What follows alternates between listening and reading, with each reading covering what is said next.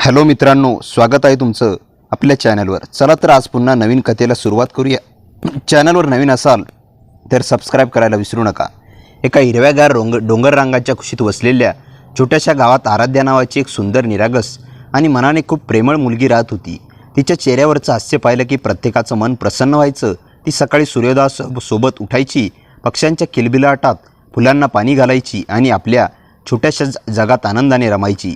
पण तिच्या मनात एक अशी पोकळी होती जी तिलाही समजत नव्हती। तिला वाटायचं कुठेतरी तिच्यासाठी कोणीतरी खास व्यक्ती नक्कीच आहे।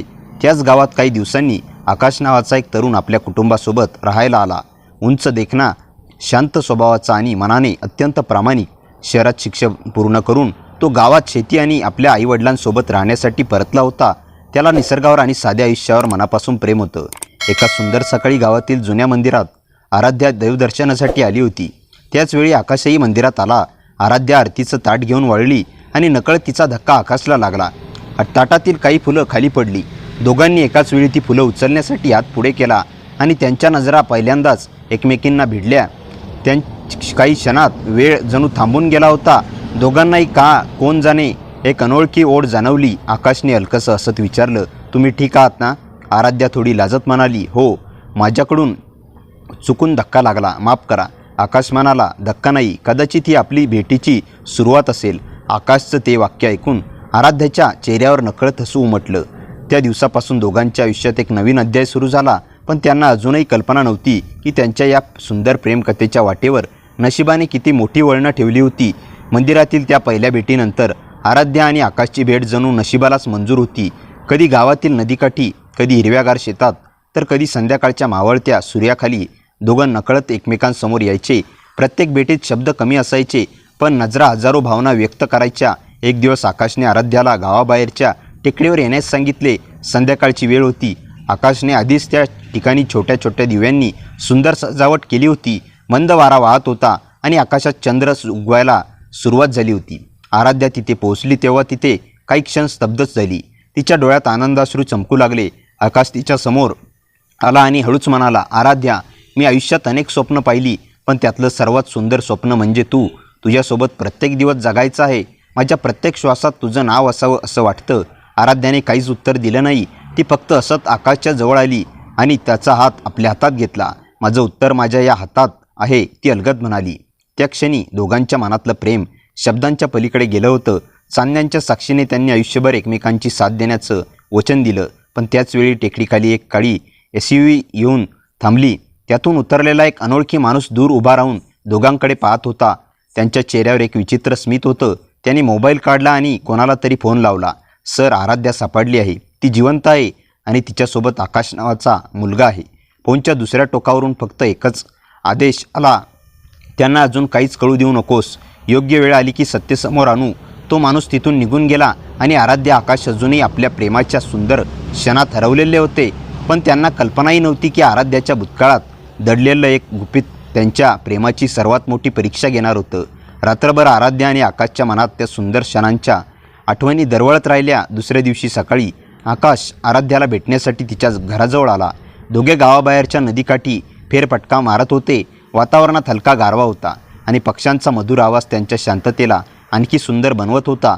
आकाशने हसत विचारलं, आराध्या, तुला कधी असं वाटतं का की आपण खूप आधीपासून एकमेकांना ओळखतो? आराध्या काही क्षण शांत राहिली। माहीत नाही, पण तुझ्यासोबत असताना मनाला एक वेगळीच शांतता मिळते। इतक्यात आराध्याच्या मोबाईलवर एका अनोळखी नंबरवरून कॉल आला। हॅलो आराध्या.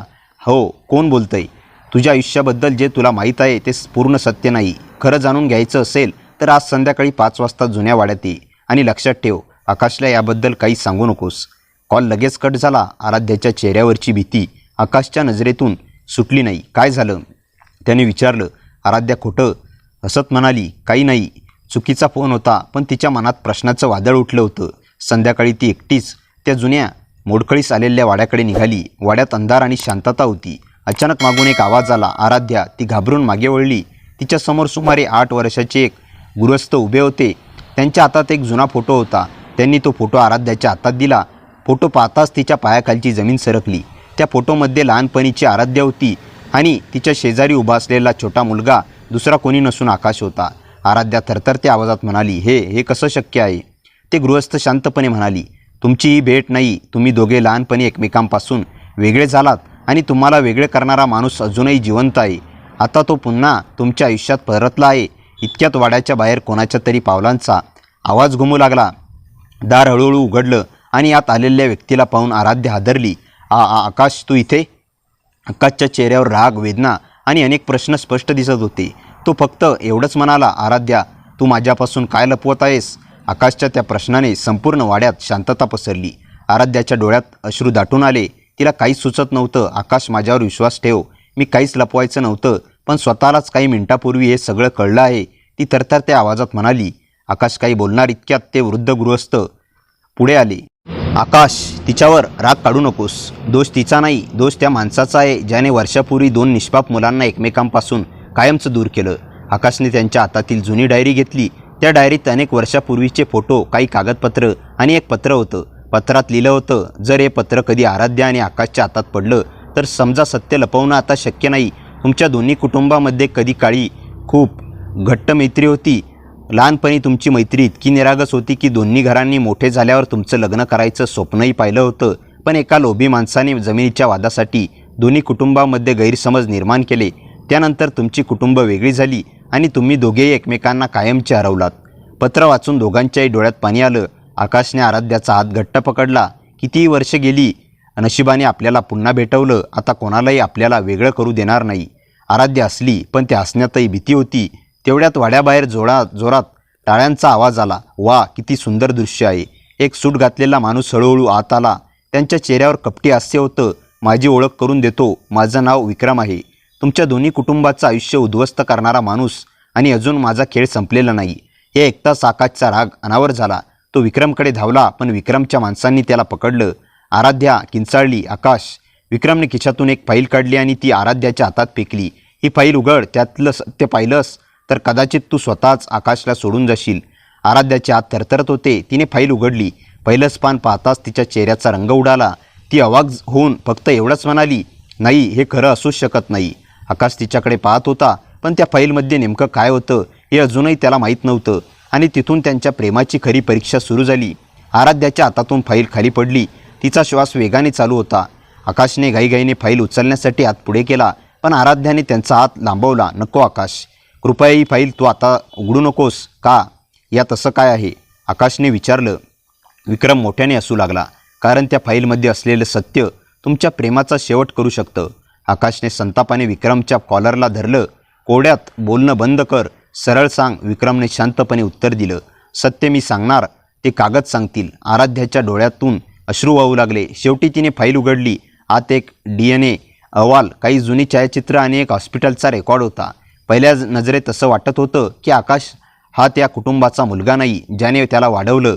त्याला जन्मानंतर रुग्णालयात बदलण्यात आलं होतं, पण कागदपत्र अपुरी होती आणि त्यावर अधिकृत शिक्केही स्पष्ट नव्हते. विक्रम लगेच म्हणाला, पाहिलं, आता एकमेकावर विश्वास ठेवणं कठीण झालं ना? तेवढ्यात ते वृद्ध गृहस्थ जोरात ओरडले, खोटं, हे सगळं बनावट आहे. सगळ्यांच्या नजरा त्यांच्याकडे वळल्या. त्यांनी आपल्या खिशातून एक छोटंसं पेनड्राईव्ह काढलं. मी अनेक वर्षे या दिवसाची वाट पाहत होतो.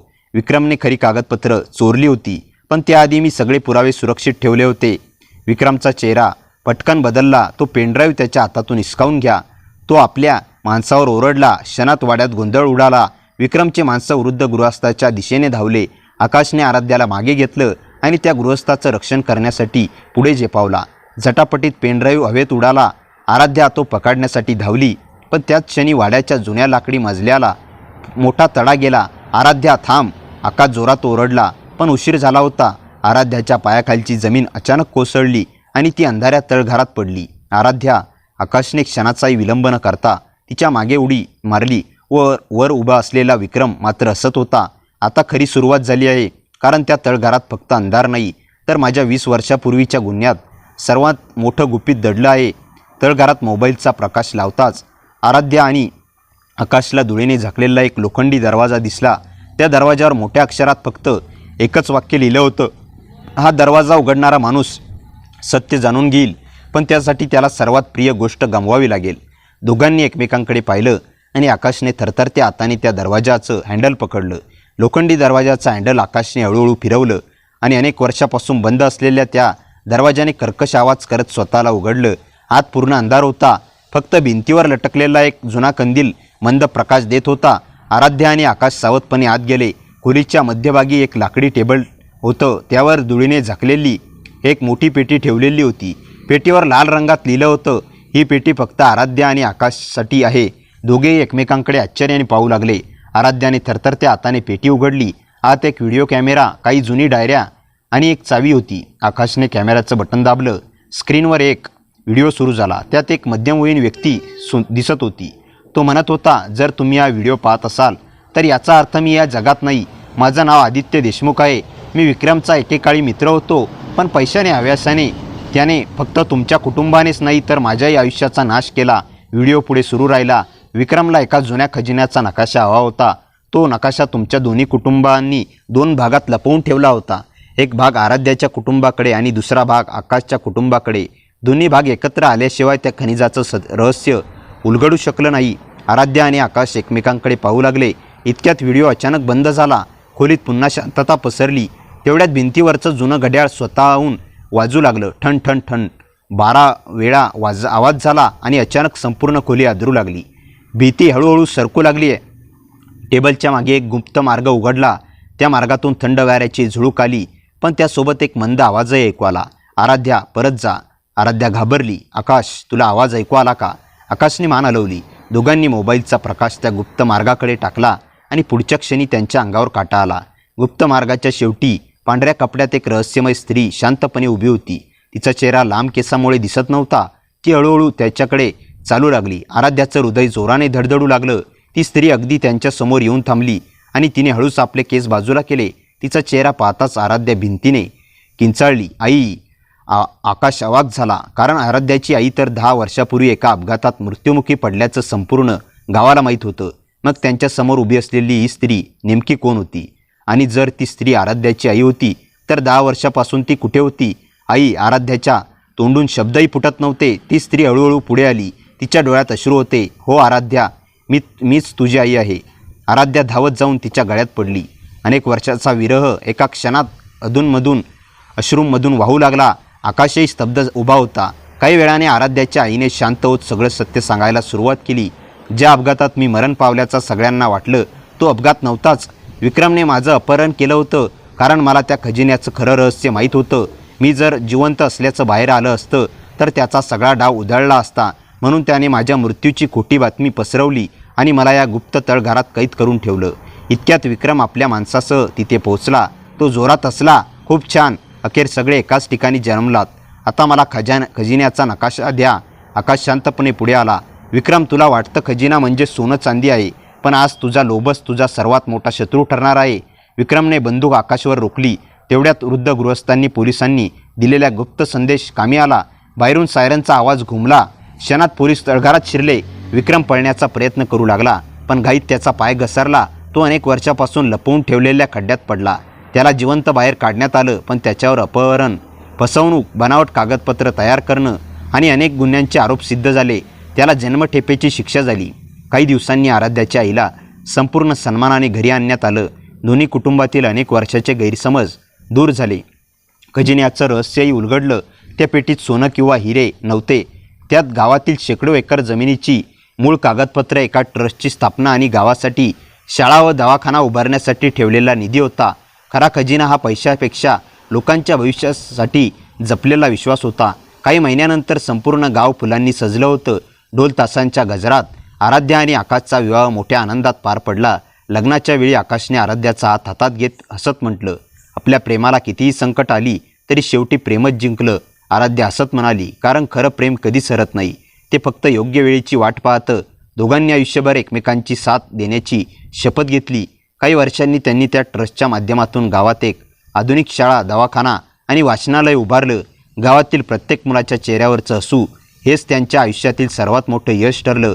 आणि अशा प्रकारे आराध्या आणि आकाशची प्रेमकथा केवळ 2 हृदयाची गोष्ट राहिली नाही, तर प्रेम, विश्वास, त्याग आणि सत्याच्या विजयाची प्रेरणादायी कहाणी बनली. मित्रांनो, कथा कशी वाटली कमेंटमध्ये नक्की सांगा. कथेला जास्तीत जास्त लाईक करा आणि हाईप करा आणि आपल्या मित्रमैत्रिणींमध्ये शेअर करा. आणि हो, चॅनलवर नवीन असाल तर चॅनलला सबस्क्राईब करायला विसरू नका.